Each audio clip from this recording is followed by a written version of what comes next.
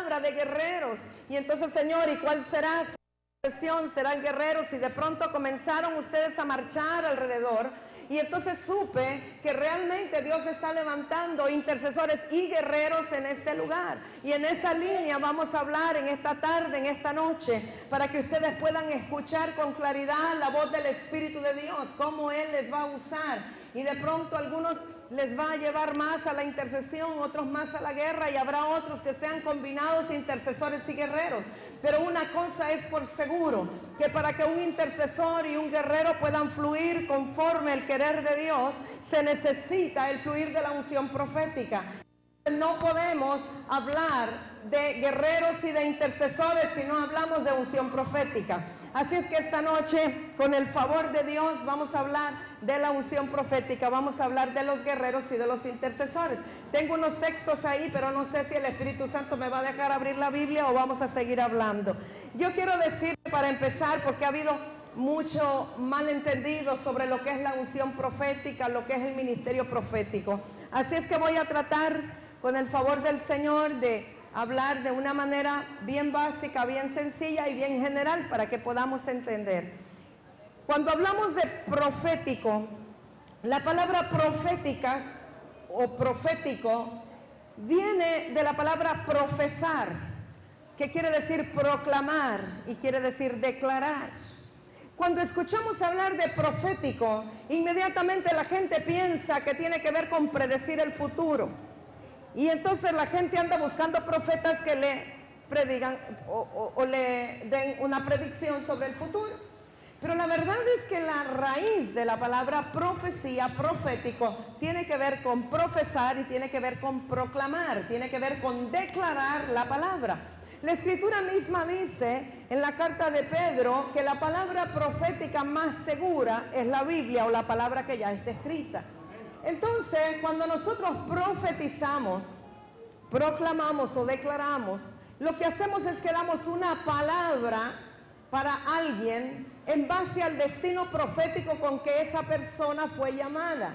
Y lo que hacemos es declarar lo que la Biblia dice que tiene que cumplirse, y al nosotros proclamar y declarar estamos creyendo que la palabra que sale de la boca de Dios es prosperada y ejecuta aquello para lo cual es enviada. Entonces, para que podamos proclamar, profetizar conforme a la voluntad de Dios, es necesario que sean avivados los dones de revelación en nosotros. ¿Cuáles son los dones de revelación? Bueno, el apóstol Pablo le habla a la iglesia de Corintios sobre los dones del Espíritu y menciona 9 dones espirituales, los cuales podríamos clasificar o subdividir en 3 categorías. Unos son los dones de poder. Dones de poder habla del hacer milagros, habla de los dones de sanidades, habla del don de fe. Estos 3 son dones de poder. Están los dones de expresión verbal, que habla del don de profecía, habla de géneros de lenguas y habla de la interpretación de lenguas. Estos 3 son verbales o de expresión verbal. Y hay otros 3 dones que son los dones de revelación. Y estos son discernimiento de espíritus, palabra de sabiduría y palabra de ciencia. Cuando hablamos de dones de revelación, estamos hablando entonces de palabra de sabiduría, palabra de ciencia y discernimiento de espíritus.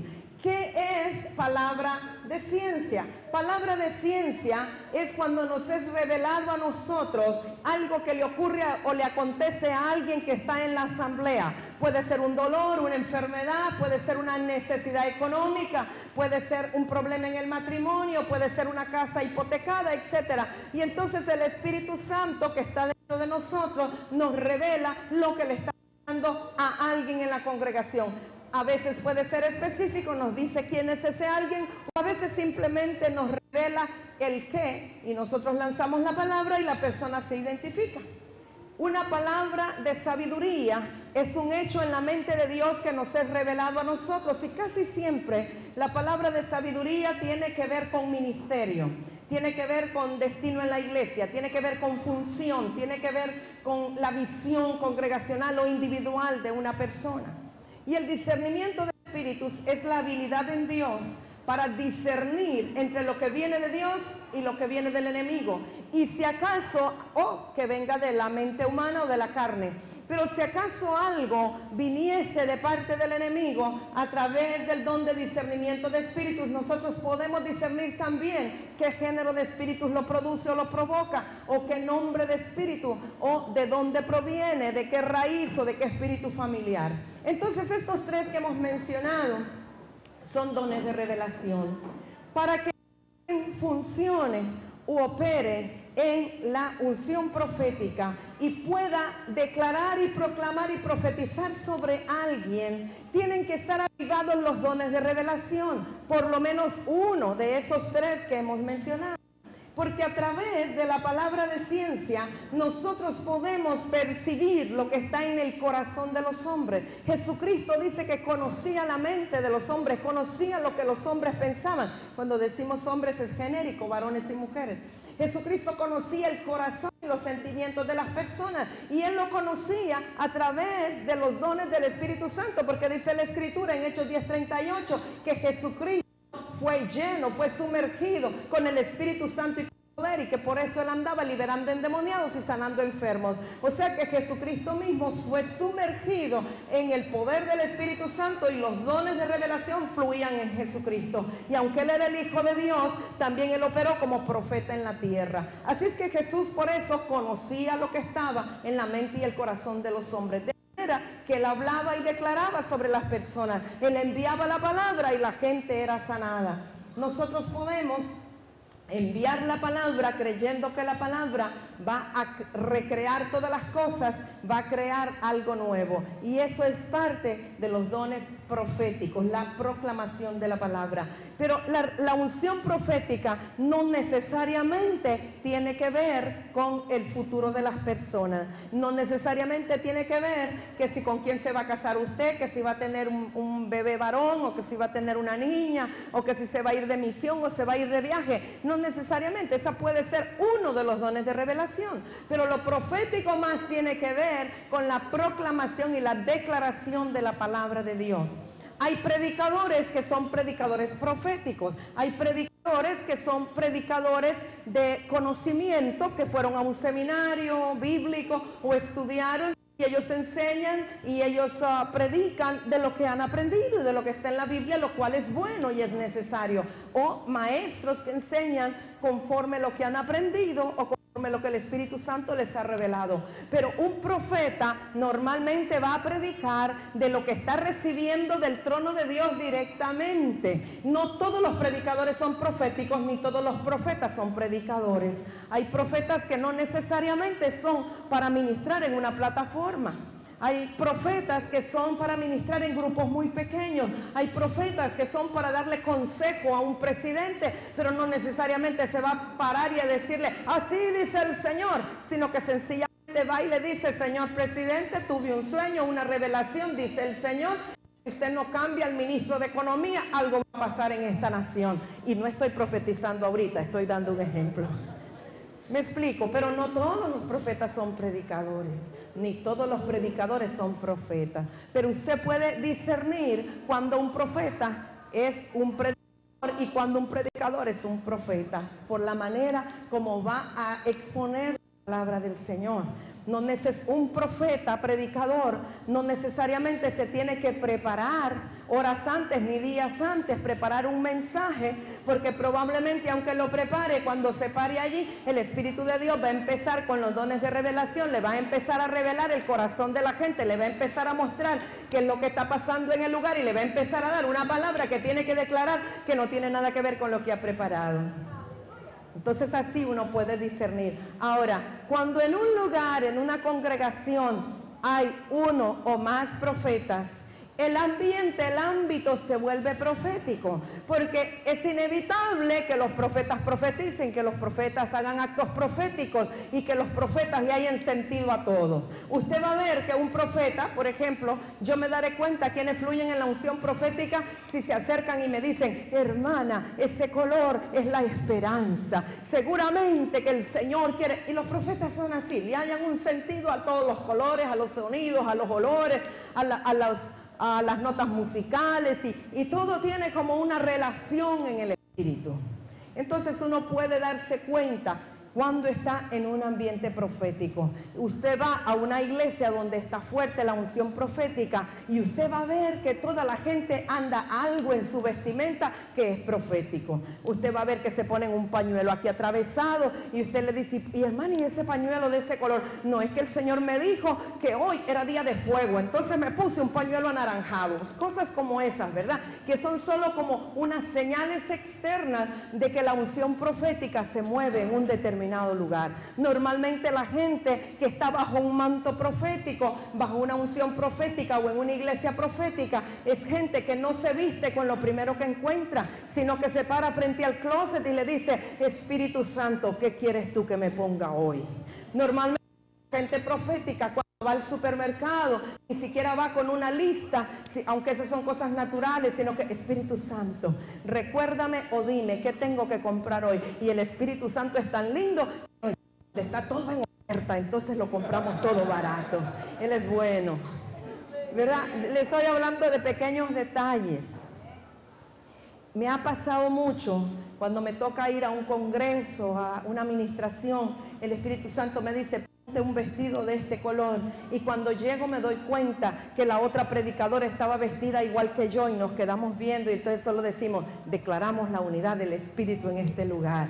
O el Señor quiere establecer simplemente algo. Me ha pasado muchas veces que el Señor me dice, vístete de morado, y entonces la otra hermana anda de morado y yo la quedo viendo y le digo, hoy declaramos el vino del Espíritu. Termina embriagado esa noche, ¿verdad? Esas son las cosas, las vemos en el Espíritu, las proclamamos, las declaramos y ocurren. Por eso debemos tener cuidado qué es lo que declaramos. Entonces, cuando la unción profética está fuerte en un lugar, en una congregación, ¿qué es lo que ocurre? Los cielos están abiertos. Nosotros vemos que el profeta Elías, que es uno de los que más conocemos, Dios le usó para parar la lluvia y dice que el cielo se abrió y se cerró por la palabra de Elías. Elías fue donde el rey Acab y le dijo no va a llover y después le dijo ya va a llover. O sea que la palabra del profeta tiene poder y autoridad para abrir y cerrar los cielos. Entonces en un lugar donde hay unción profética hay cielos abiertos para la bendición. No hay cielos de bronce, sino que hay cielos abiertos para la bendición, para la provisión y la prosperidad.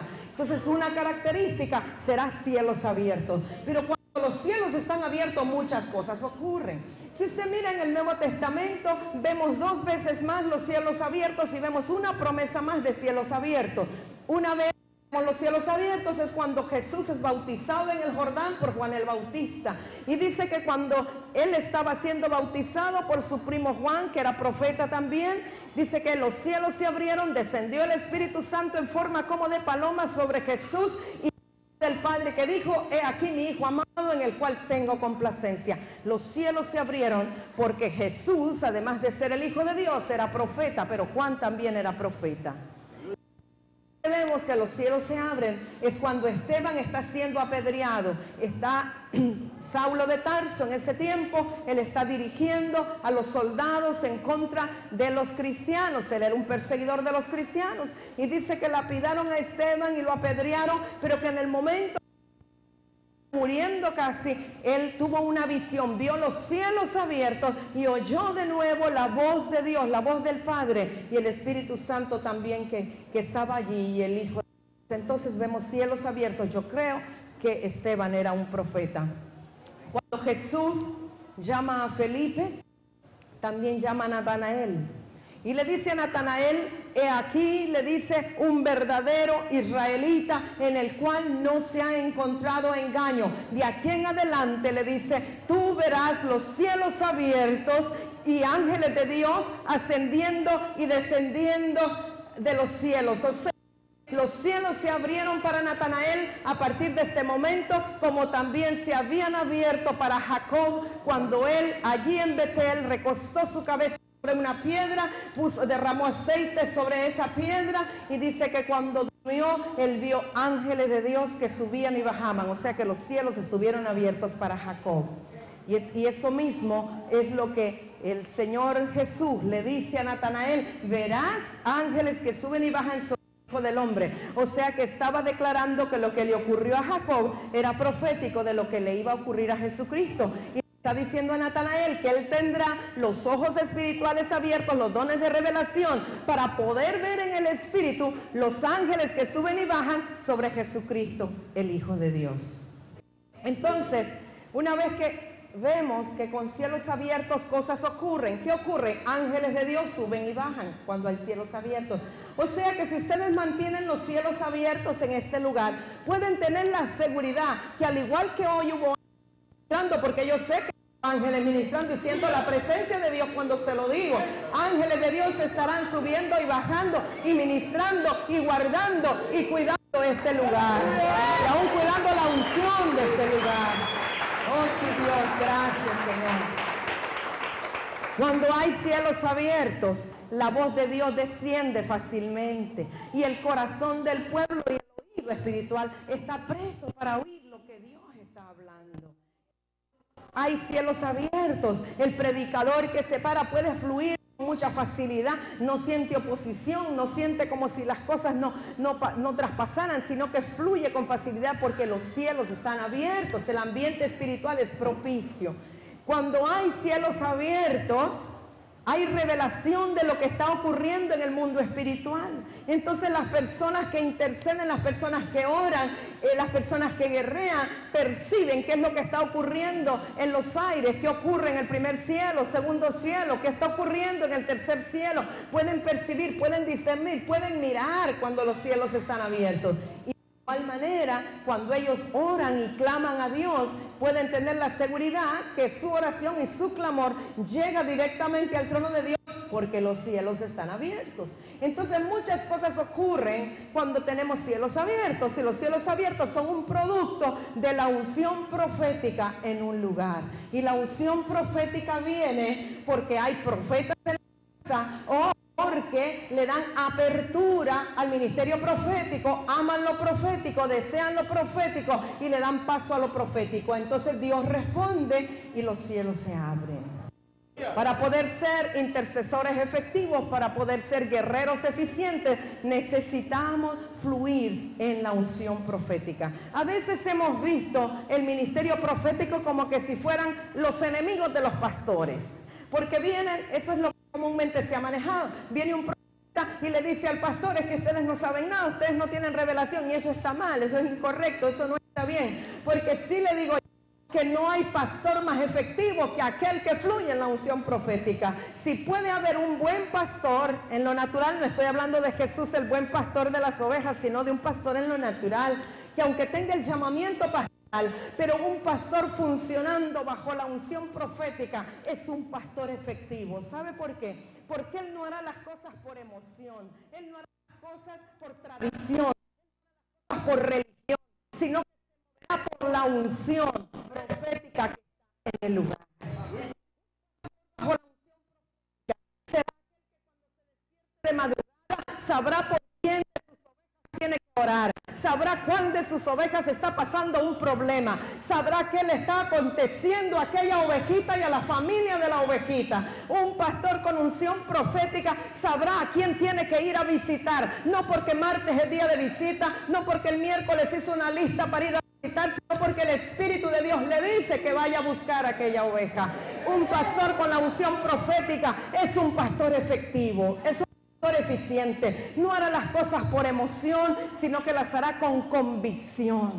Otra cosa importante de la unción profética, que así como estuvo con el espíritu de Elías, como lo dice Elías capítulo 4 versos 4 al 6, dice que el espíritu de Elías fue enviado y sería enviado en los últimos tiempos. El espíritu de Elías es el espíritu profético que estuvo alrededor del profeta Elías, pero también estuvo con Juan el Bautista. Nosotros vemos que en el Evangelio según San Lucas, Jesús mismo dice: este es el Elías del cual dijimos que habría de venir, pero ustedes no lo recibieron. Pero también en los últimos tiempos, antes del día de Jehová grande y terrible, volverá el espíritu de Elías. No está hablando del espíritu humano del profeta Elías, está hablando del espíritu profético que operó en Elías como profeta.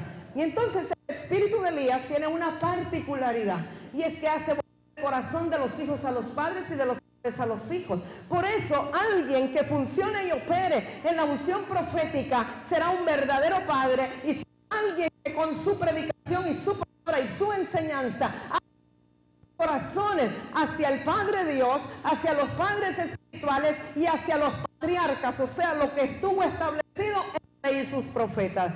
Un verdadero profeta o alguien que se mueve en la unción profética siempre hará volver nuestro corazón a la palabra que fue establecida por la ley y los profetas, la cual no se contradice, sino que se cumple en la persona de Jesucristo. Entonces esa es una de las grandes particularidades del espíritu de Elías o del espíritu profético que ha de venir en este tiempo, porque en este tiempo vamos a ver una restauración en la relación de padres e hijos, vamos a ver restauración en las familias, los hijos se reconciliarán con los padres se reconciliarán con sus padres y los abuelos estarán reconciliados con los nietos. Será una bendición.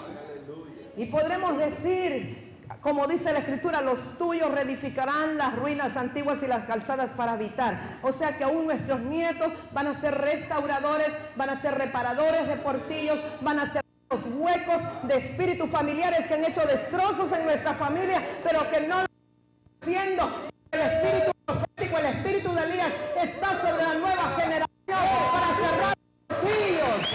¡Oh, aleluya! Apláudale al Rey.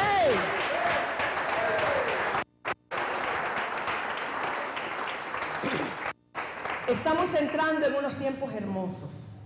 Estamos entrando en tiempos que muchos desearon vivir y no pudieron. Nosotros tenemos la bendición y el privilegio de parte de Dios de estar con vida en este tiempo. Estamos entrando en un tiempo en que la obra será tan acelerada, hermanos amados, que lo que a algunos nos ha tomado 20 años vivir, otros vendrán y nuevecitos, tiernecitos en la iglesia ya empezarán a recibir esa revelación, como este varón que está aquí. Yo lo puedo ver que Dios tiene cosas tremendas para él. Yo puedo ver en él un corazón pastoral. Yo puedo ver en él un corazón con amor y pasión por el Señor y por las almas. Y yo siento que Dios lo va a levantar como una esta congregación.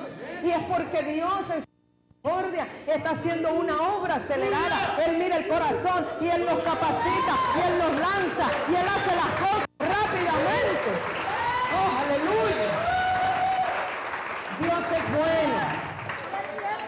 Hermanos, ya se terminaron los tiempos de estar intercediendo con listitas. Antes, y eso estaba bien cuando no teníamos otras, ¿verdad? Pero ya tenemos mayor revelación. ¿Cómo entraba la gente a interceder? Me perdonan si entran así todavía aquí, pero yo espero que eso va a cambiar, ¿verdad? Yo no sé porque no he platicado con los pastores, pero nosotros mismos lo hacíamos. Cuando empezamos en el Señor, llevábamos un cuadernito y decíamos, ¿por qué vamos a orar? Pues hermanito, y repartíamos los papelitos. Hermanito, usted va a orar por esto, usted por esto, empiece usted. Y así orábamos como con una listita. Y eso no está mal, eso es intercesión del punto sacerdotal. Es una intercesión que uno va y le pide a Dios por lo que uno sabe y conoce. Pero la intercesión profética, uno entra al cuarto de oración, no sabe por qué va a orar, sino que empieza a adorar a Dios, espera en Dios. Y la revelación de Dios viene y le dice, clama por esto. O le dice, ya es el tiempo, desata aquello. Empieza a desatar la provisión para fulano. Y entonces la intercesión profética es muy diferente a la intercesión sacerdotal. Porque la intercesión profética viene de arriba para abajo. Es Dios quien revela, es Dios quien le dice que es el tiempo, es Dios quien le ordena a usted cómo debe de orar, cómo debe de desatar, porque sabe cuál es su tiempo, cuál es su kairos, qué cosas están listas y qué no están listas. Pero si nosotros no tenemos revelación, si nosotros no estamos bajo ese manto profético, muchas veces vamos a estar orando 10 años, 15 años por la misma cosa, porque no discernimos las sazones de los tiempos.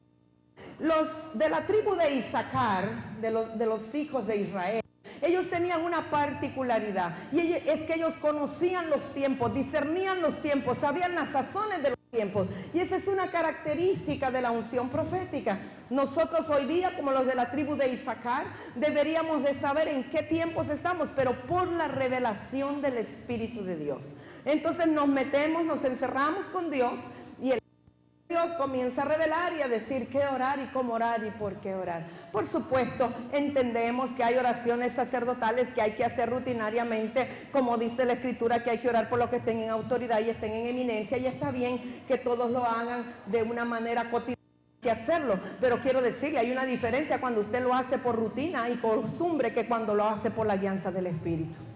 Porque cuando lo hace bajo la guianza del Espíritu, con la unción del Espíritu y a la manera del Espíritu, suceden cosas. Cosas ocurren en el ámbito espiritual. Y a veces el Espíritu Santo nos da direcciones, directrices de cosas raras que no entendemos, pero sencillamente lo hacemos y después vemos que hay un resultado.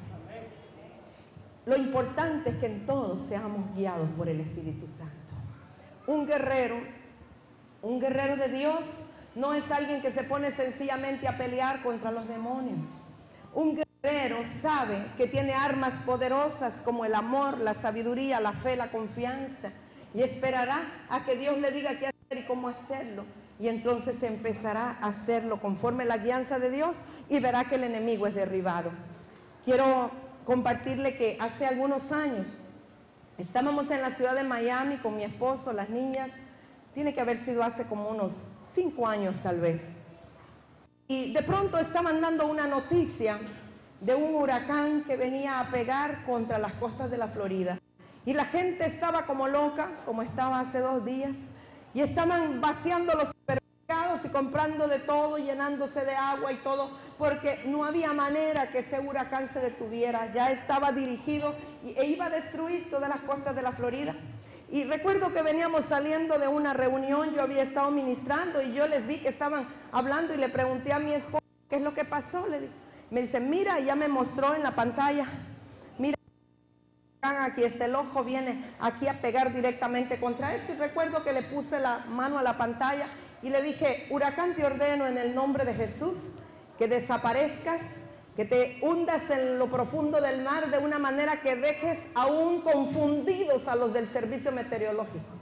Y eso fue todo, yo me fui a acostar. Al día siguiente les oigo la algarabía. Mira lo que dicen las noticias. ¿Qué pasó? Mira, estaba mi esposo y alguien más. Dice, el huracán ha desaparecido. Eso en el mar. Tiene confundidos a todos los del servicio meteorológico. No saben qué es lo que pasó. ¡Aleluya! ¡Santo!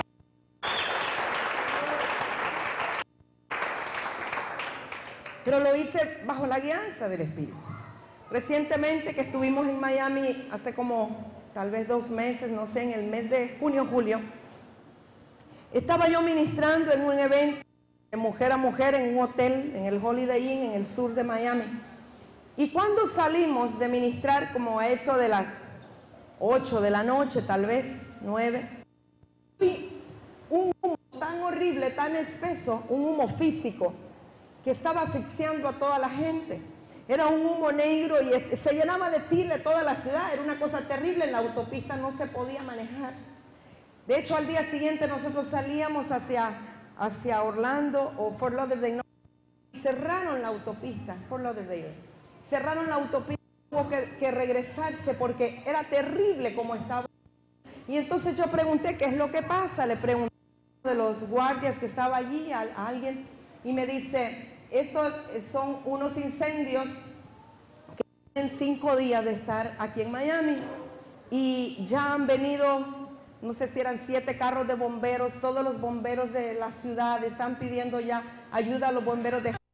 Ya no saben qué hacer, lograron apagar unos de ellos, pero hay un fuego que no pueden apagar y se está propagando hacia el lado norte y bueno, ya me contaron, era horrible la autopista como estaba, hermanos.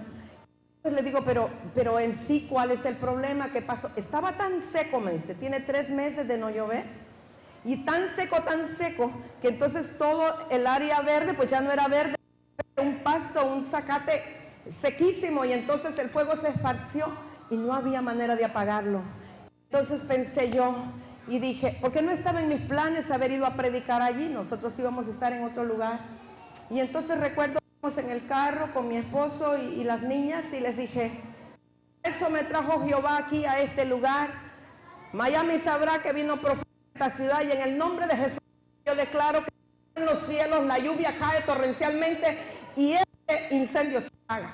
Nos fuimos para Fort Lauderdale por otra ruta y a las horas estaban llegando en Cristo que viven en Miami. Habíamos ido para oficiar una boda y estábamos sentados tomando café ahí en Fort Lauderdale. Vamos a pasear al frente de la bahía, pues vamos. Cuando vamos a la bahía nos ha caído una tormenta después de 3 meses que no llovía y sintonizamos la radio y dice: una tormenta, una lluvia torrencial está cayendo en el norte de Miami y se ha apagado el incendio que nadie podía apagar.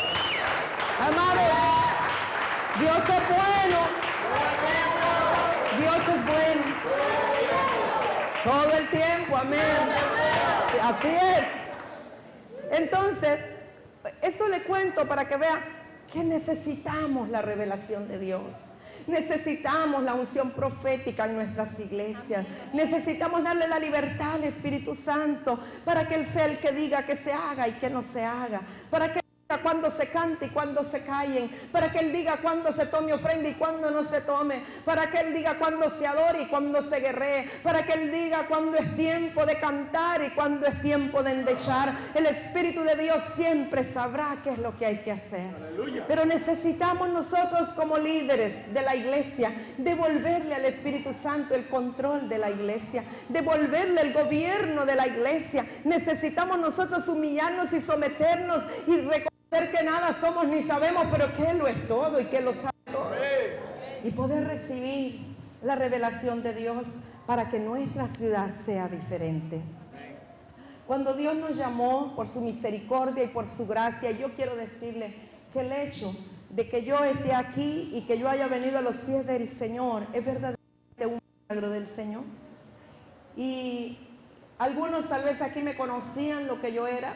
Yo vine a Cristo casi hace 20 años y de verdad yo me sentía desahuciada física y espiritualmente y no le hallaba sentido a mi vida. Yo quería quitarme la vida, pero cuando el Señor vino y me tocó y me tomó, yo le dije, yo sentía que ya a ese punto ya había vivido demasiado, cansada de vivir, como dice el canto, ¿verdad?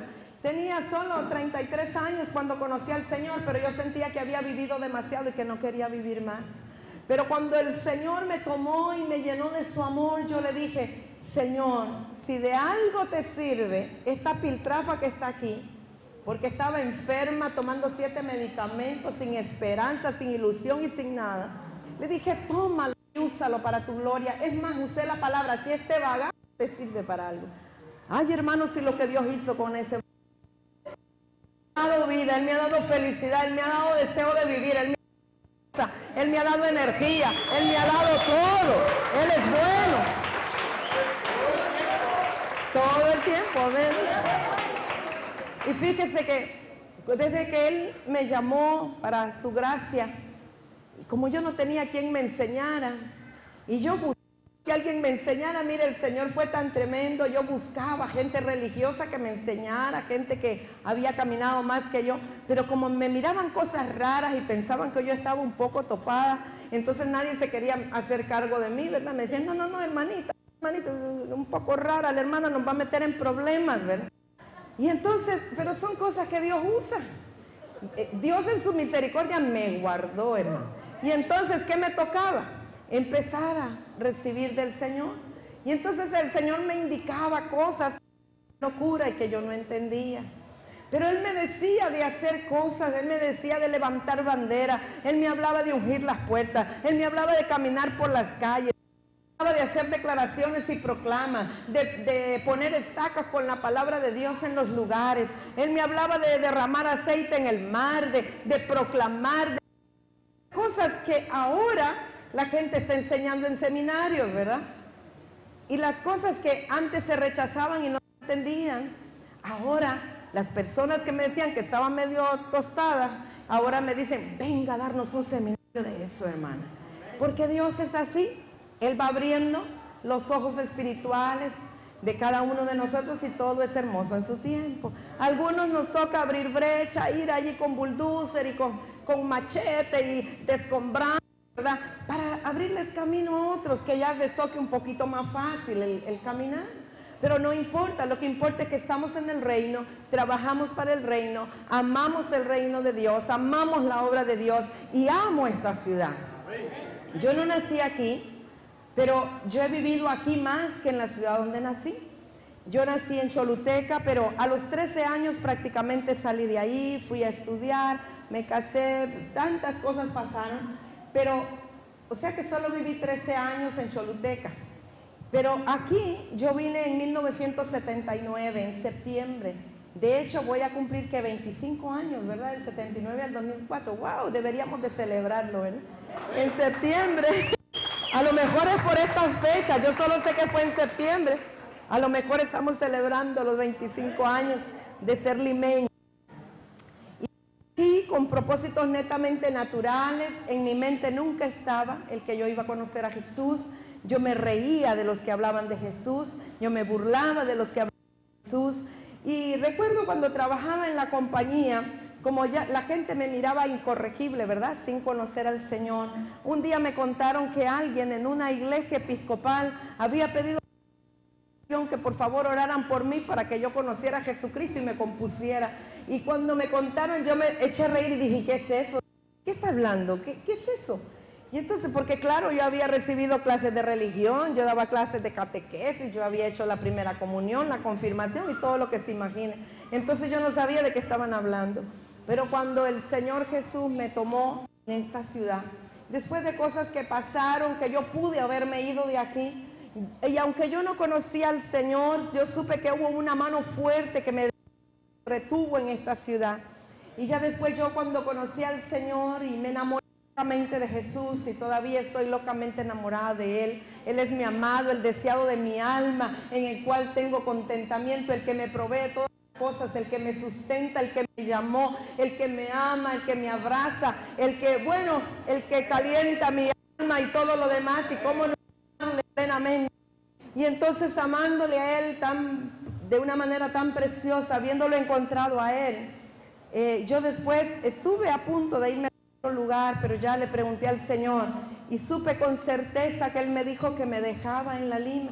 Y yo sé que me dejó con un propósito y han sido muchos años de espera, pero yo puedo decir en este tiempo, y como decía hermano Giovanni, y yo no sabía que él lo viera de esa manera, pero yo puedo decir ahora que puedo ver el fruto de la espera.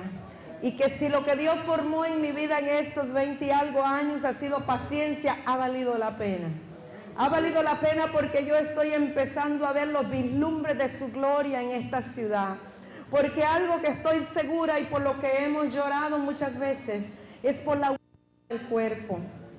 Porque cuando la iglesia del Señor Jesucristo esté unida y tengamos un solo objetivo en esta ciudad y un enemigo en común, y no seamos enemigos los pastores contra los pastores, sino que seamos amigos, aliados y del mismo ejército contra un enemigo común, entonces vamos a ver nosotros la gloria de Dios sobre esta ciudad.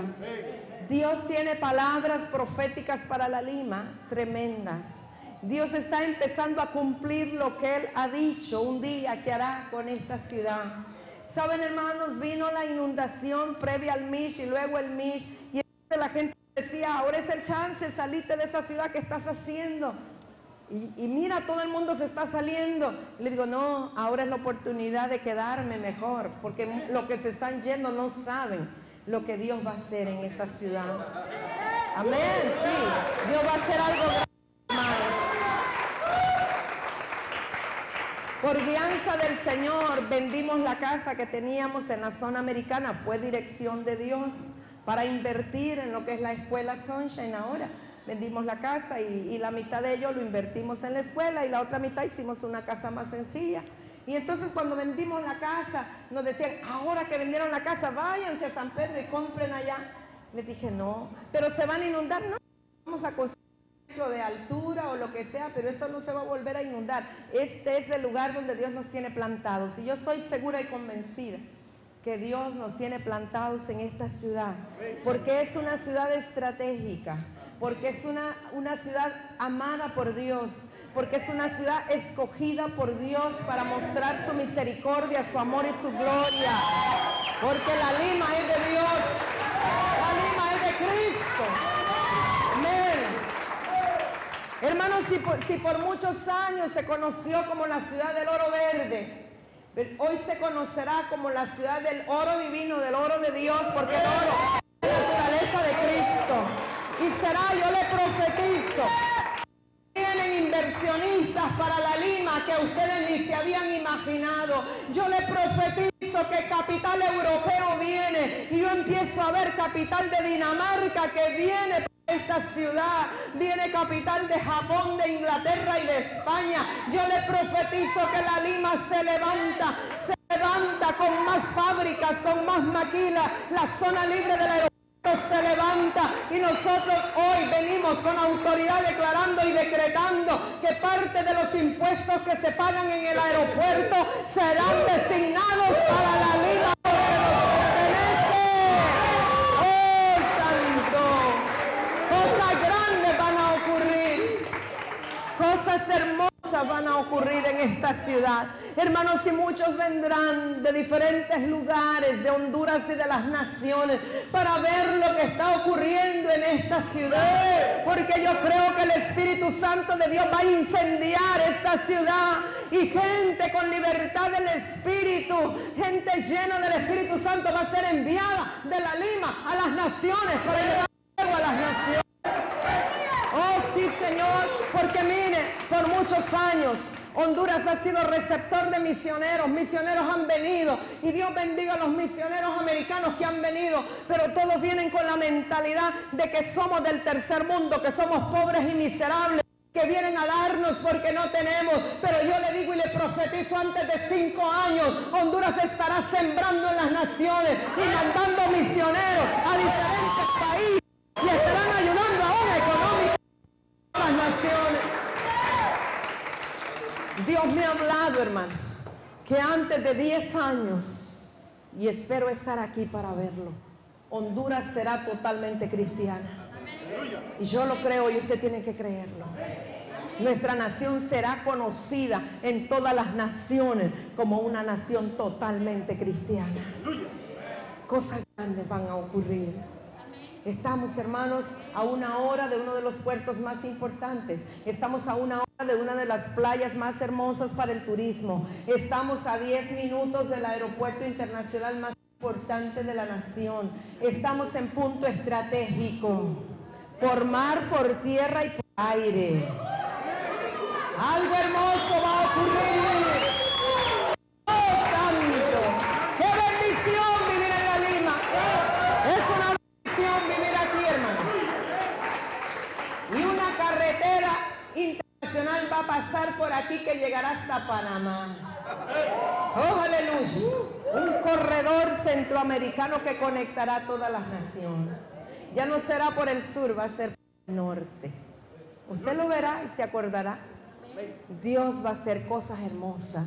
Estamos en tiempos gloriosos, hermanos. Estamos en tiempos que debemos de abrir nuestro oído espiritual. Aquí hay cielos abiertos en esta congregación. Manténgalos abiertos. Sintonice su oído, póngalo como una antena bien afinada.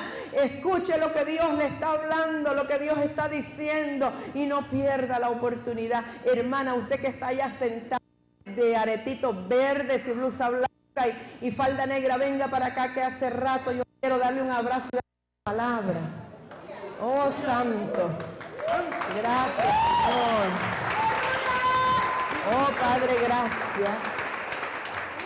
Dice el Señor, amado, la bendigo, la bendigo. Dice el Señor, no tengas memoria de tu pasado, porque lo que yo hago sobre ti de aquí en adelante será grande. Yo he puesto en ti un espíritu guerrero. Yo he puesto en ti un espíritu combativo. Yo he puesto en tus manos armas de guerra. He puesto armas poderosas. Hay fuego en tus pies, hermana. Hay unas alas de fuego que se encienden bajo la planta de tus pies. Y dice el Señor, yo restauraré todo.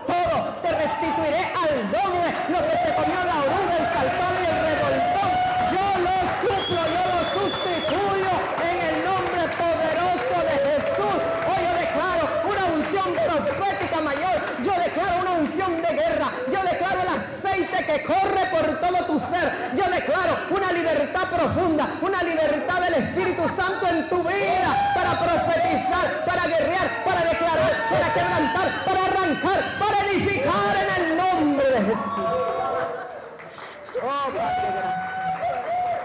Gracias. Gracias. Gracias. Gracias, vientre espiritual fructífero en el nombre de Jesús. Para que des a luz hijos en el Espíritu. Hijos en el Espíritu. Hijos en el Espíritu. Oh, en el nombre de Jesús. Darás a luz hijos.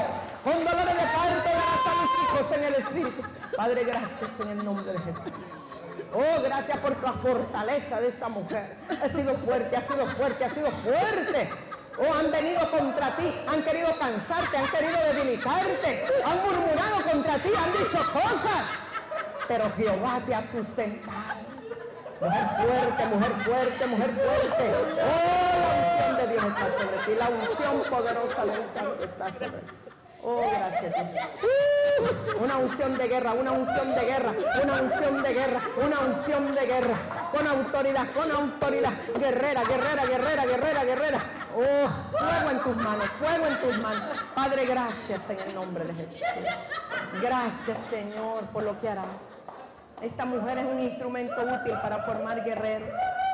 Oh, gracias, Señor. Oh, Padre, muchas gracias en el nombre de Jesús. Muchas gracias por lo que harás, Señor. Aleluya. Oh, Santo, no conozco a la... No sé si el Espíritu le da testimonio, hermano, de la palabra. Aleluya. Amén. Solo quiero mencionarle personajes en la Biblia, que son los que tenía primero en mi corazón hablar de ellos. Voy a parafrasear y usted después estudia, por favor, la palabra en su casa. Uno está en Nehemías capítulo 4 y es de Nehemías que quiero darle un poquito. Nehemías era un intercesor. Quiero decirle para empezar que todo lo que está en el Antiguo Testamento es sombra y figura de lo que habría de venir. Y que todo lo que se muestra en el Antiguo Testamento se cumple en Jesucristo y se cumple de nuevo con en la era del Espíritu Santo. Nehemías era el copero del rey Artajerjes. Y Nehemías, aunque estaba en el exilio, no estaba en Jerusalén. A sus oídos que los muros de Jerusalén, los que protegían la ciudad, que estaban alrededor, habían sido derribados. Y amaba tanto su pueblo, su nación, amaba tanto Jerusalén, que dicen que él entró en quebranto, él entró en dolor, él estaba compungido. Y tanto era un intercesor que orar a Dios y le decía, hemos pecado. Y aunque él ni siquiera estaba ahí, no había cometido pecado, pero el intercesor se identifica con el pecado del pueblo. Y él decía, oh Padre, hemos pecado, nosotros hemos pecado. Y él llorando, el rey le dice, ¿qué te pasa, Nehemías? Te he visto compungido, tu rostro está demacrado, ¿qué pasa? Él era el copero del rey, o sea que era el que le llevaba la copa de vino al rey. Lo probaba y se aseguraba que no fueran a envenenar al rey. O sea que era un hombre de mucha confianza del rey. Entonces el rey le dice, cuando él le dice, lo que pasa es que he dicho que los muros alrededor de mi ciudad están derribados y yo estoy compungido. Y entonces el rey le dice, Nehemías, no te preocupes, te doy permiso, puedes ir a ver qué puedes hacer allá con los tuyos. Puedes ir a Jerusalén, te voy a dar cartas de referencia, vete a hacer lo que tengas que hacer. Y Nehemías se va a Jerusalén y él realmente está funcionando como un coordinador de esta restauración, pero él es un intercesor. Y dice que él comienza a llamar a todos los oficiales de guerra para empezar a restaurar los muros. Pero yo quiero que usted entienda algunas cosas que hizo Nehemías y le dije, se lo voy a parafrasear, usted después lo puede buscar. Nehemías, en primer lugar, llamó a las personas por familia y los colocó alrededor del muro por familias. Él no los colocó solo varones, no solo mujeres, sino que como familias los puso en los lugares bajos del muro por donde se metía el enemigo, por donde estaban destruidos, las partes que estaban derribadas. O sea, que para que podamos amurallar una ciudad y cerrar los portillos, es muy importante que las familias sean restauradas, que las familias levanten un altar familiar y que estén unidos como familia, como lo primordial, lo vemos en el libro de Nehemías, que lo principal es que por familias él los puso. Otra segunda cosa que Nehemías hizo es que dice que todos los que estaban operando en esta restauración del muro, Él los dividió, como quien dice, por turnos. Y dice que algunos de día trabajaban en la obra y otros de noche estaban de vigilantes. Estaban como guardias, como centinelas, de día y de noche. O sea, hermanos, que todo el tiempo había algo en los muros, pero unos restauraban físicamente y otros restauraban espiritualmente. Unos vigilaban y otros se edificaban. Pero había algunos, los de su confianza, que dice que mientras con una mano trabajaban en la obra, o como quien dice, con una mano agarraban la cuchara y la mezcla, el cemento, y ponían el ladrillo, la piedra del muro, con la otra mano estaban en guerra, estaban con la espada, estaban con la lanza, estaban con el arco. La espada tipifica la palabra de Dios, el arco es la oración, las armas de guerra. Entonces ellos hacían las dos cosas. Esto quiere decir, no necesariamente usted tiene que estar como ministro a tiempo completo dentro de la iglesia orando todo el día. Usted puede estar en una obra natural, en la restauración de los muros de la ciudad. Con una mano está restaurando la que falta en la ciudad y con la otra usted está en todo tiempo en oración y con la palabra de Dios. Así eran los restauradores que tenía Nehemías. Y lo otro es que dice que ellos no podían quitarse sus vestiduras, sino solamente para bañarse, para limpiarse. Nosotros como guerreros, como intercesores, como soldados del ejército del Señor, tenemos vestiduras especiales, vestiduras espirituales de lino fino. No podemos quitarnos esas vestiduras y mancharlas y meternos a cualquier lugar. Si nos quitamos las vestiduras es para santificarnos más o limpiarnos más y luego ponernos las vestiduras, pero nunca para embarrarlas, para ensuciarlas, para meternos donde no debemos de andar. Y otro punto muy importante, que es el que quiero enfatizar en la restauración que dirigió Nehemías, es que él dijo: donde oyeres el sonido de la trompeta, reunidos allí nosotros, nuestro Dios peleará por nosotros. Cuando la Biblia habla de la trompeta, está hablando de la voz profética, está hablando del profeta que está dando las instrucciones.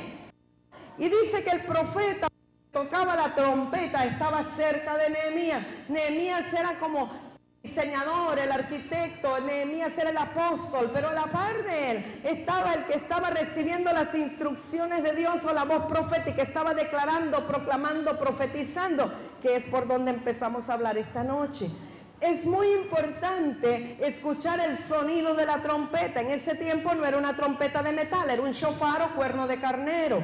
Pero cuando hablamos hoy día del sonido de la trompeta, estamos hablando de la voz profética, o la palabra de Dios que está dando instrucciones y directrices de cómo se va a amurallar la ciudad, de cómo se va a tomar la ciudad, qué es lo que Dios está revelando. Entonces, para tomar una ciudad, una región, un barrio, una colonia, es imprescindible que haya una voz profética que dé las instrucciones de cómo se va a tomar.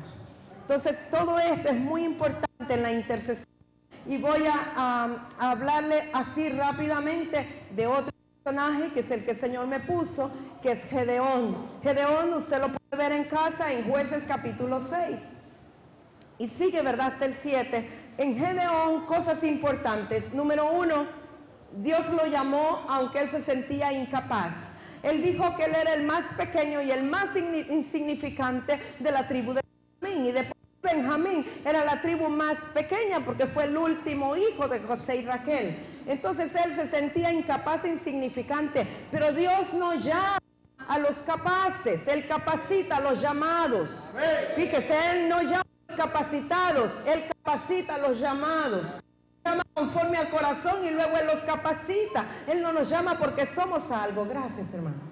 Y eso pasó con Gedeón. Luego vemos que el ejército que se ocupa para derribar al pueblo, porque Gedeón estaba peleando contra los madianitas que estaban avergonzando al pueblo de Israel. Todas las cosechas, los madianitas entraban y se los arrasaban, ¿verdad? Y entonces Gedeón, cuando Dios lo llamó, él estaba sacudiendo el trigo.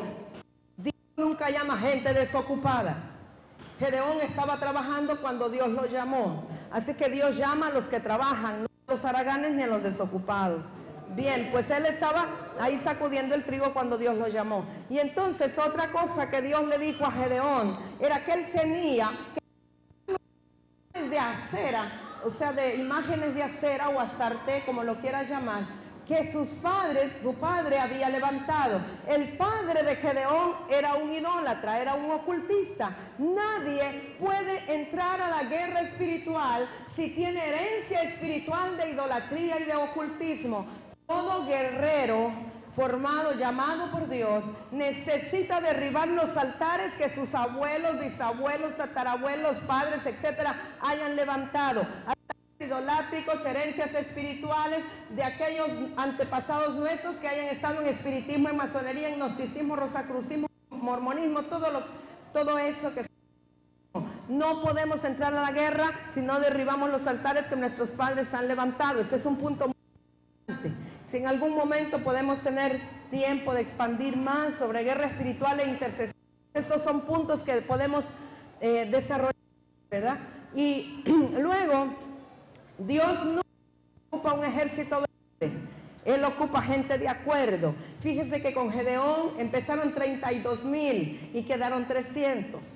Entonces, hermanos, no es por la multitud, sino aquellos que estén de acuerdo y tengan un corazón recto delante de Dios. La primera exclusión que se hizo fue por los que tenían miedo. Les dijo, todos los que tenían, y a la mañana siguiente, ¿verdad? Dice que se fueron 10,000. Y luego la segunda limpieza que se hizo fue con aquellos que cuando llegaron a un arroyo, al arroyo de Jarod, dice que fueron para tomar agua. Y aquellos que lamieron el agua como un perro lame el agua, esos son los que... ¿Por qué? Porque aquellos que tuvieron que agacharse para tomar agua con su mano, botaron las armas. Pero para no botar las armas, aquellos que le hicieron con la lengua, como perro, era porque nunca soltaron el arma. Entonces, aunque tomaban agua, no soltaron el arma de guerra. Y esos son los que pasaron la prueba y se quedaron con Gedeón. Entonces, Dios nos pone estrategias a los líderes para saber quiénes dan la medida y quiénes no, para saber quiénes se quedan y quiénes se van. Y entonces finalmente con los que se quedaron todavía los pasaron por otro pascón o por otra prueba, y es que tenían que ser obedientes. Usted se imagina un ejército de 300 hombres que están esperando que les den las armas más nuevas, más modernas, una AK o qué sé yo, una carabina, no sé qué, y de pronto este líder de guerra le dice, pues muchachos, listos, ok, cada uno agárrese un cantarito, una candelita y una trompetita.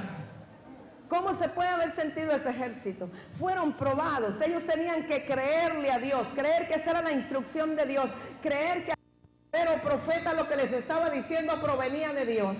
Así es que todo lo hicieron en obediencia. Y dice que cuando Gedeón tocaba la trompeta, todos los demás la tocaban. Cuando Gedeón quebró el cántaro, todos los demás lo quebraron. Y cuando encendieron la tea, todos los demás lo hicieron. O sea que ellos tenían que hacer exactamente lo que su líder hiciera. Ninguno puede ser un guerrero si no está sujeto a la autoridad y no hace lo que su líder. Los insujetos no pueden ir a la guerra. Los rebeldes no pueden ir a la guerra. Tienen que ser obedientes, sometidos a su líder.